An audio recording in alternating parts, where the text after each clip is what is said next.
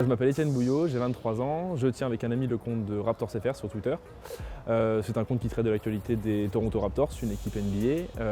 On essaye de donner quelques informations sur l'équipe, sur les joueurs, on essaye de faire des live tweets, donc des commentaires en direct pendant les matchs, de faire un petit peu partager notre passion aux gens qui suivent la NBA en général et également à cette équipe-là.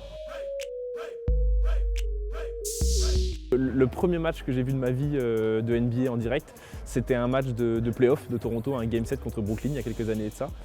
C'est le premier match du coup, que j'ai vraiment vu en direct devant mon ordinateur.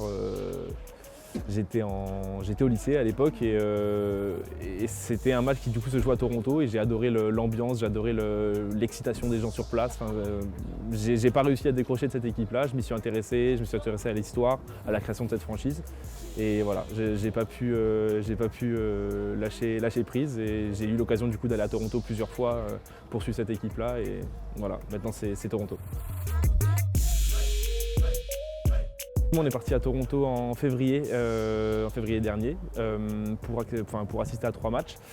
J'étais donc avec mon collègue de Raptors France. On avait la chance à l'époque d'être accrédité par un média français.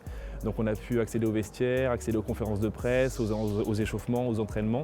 Donc c'était vraiment une super expérience de pouvoir vivre un petit peu cette chose de l'intérieur. Et ouais, quasiment un rêve de gosse, puisque du coup on a pu voir un petit peu concrètement dans la vraie vie ce qui nous animait, ce qui nous fait lever en pleine nuit pour regarder les matchs. Ce serait un petit peu présomptueux, mais je pense que le contenu que tous les comptes français proposent comme le nôtre, ça permet effectivement à des gens de mettre un petit peu un pied dans ce monde, dans la communauté NBA.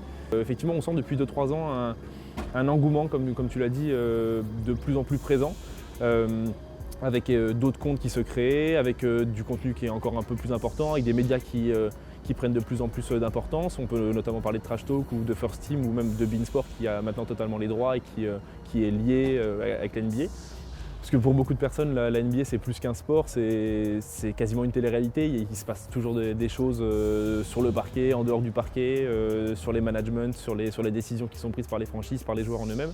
Donc ouais, c'est tout un écosystème qui est vraiment plaisant et je pense que c'est pour ça aussi que l'engouement commence à prendre et que la NBA en elle-même prend de l'ampleur en Europe.